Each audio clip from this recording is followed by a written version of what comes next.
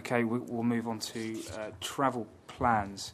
The London plan requires us to ask for travel plans for developments with significant transport implications. Most of Westminster is well served by public transport, and the majority of people who come into the city don't use the car. However, the intensity of activity and large daytime population puts considerable pressure on both public transport infrastructure and pavements public realm. So in view of this, do travel plans have a role to play in Westminster? And before anyone has any comments, can Ian Morrison just quickly set out what we mean by travel plans and what they are? Sure. A travel plan is a long-term management strategy for a development that seeks to deliver sustainable transport objectives through action. So effectively promoting sustainable transport within an office building. It tends to be one mechanism that a travel plan can secure. Thanks. Is there any comments, gentlemen at the back? Sorry, Simon Burke at Knightsbridge Association. I think they clearly do have a very important role to play. You should do whatever you can to influence travel behaviour. And I think, in a sense, this question is sort of, or the penultimate sentence is sort of worded the wrong way round.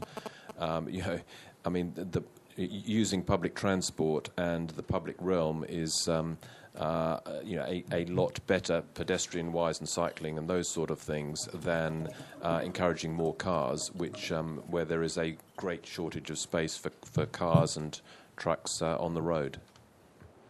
Thank you. Gentleman at the front.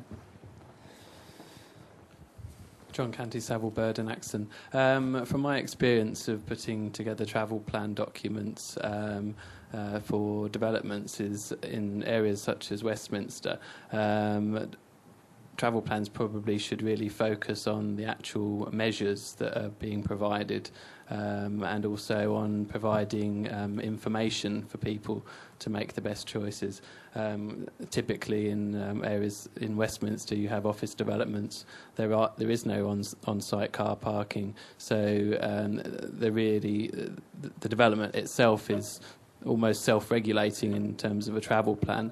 But I think there are aspects in the travel plan where you can actually make people's lives easier rather than just focusing on targeting against car travel, because that is actually happening in any case through the design of the development. Thanks for that. Are there any other comments people want to raise in terms of travel plans? Sorry. Simon Bainham, Westminster Property Association.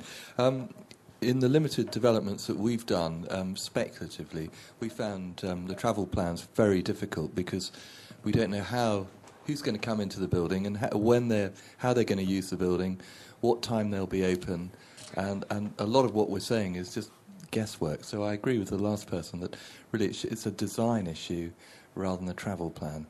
To design out, the modes of transport that you don't want. Thanks. Julian Robinson, LSE. We're in a different position because we're an owner-occupier, and I think travel plans need to now go into the next generation and looking at encouraging walking and cycling, and not just concentrating on reducing car use, which is what they were originally brought in for. I agree it's difficult if you've got a spec development because so you've got a little bit of an unknown audience. Thanks. Any other comments on travel plans?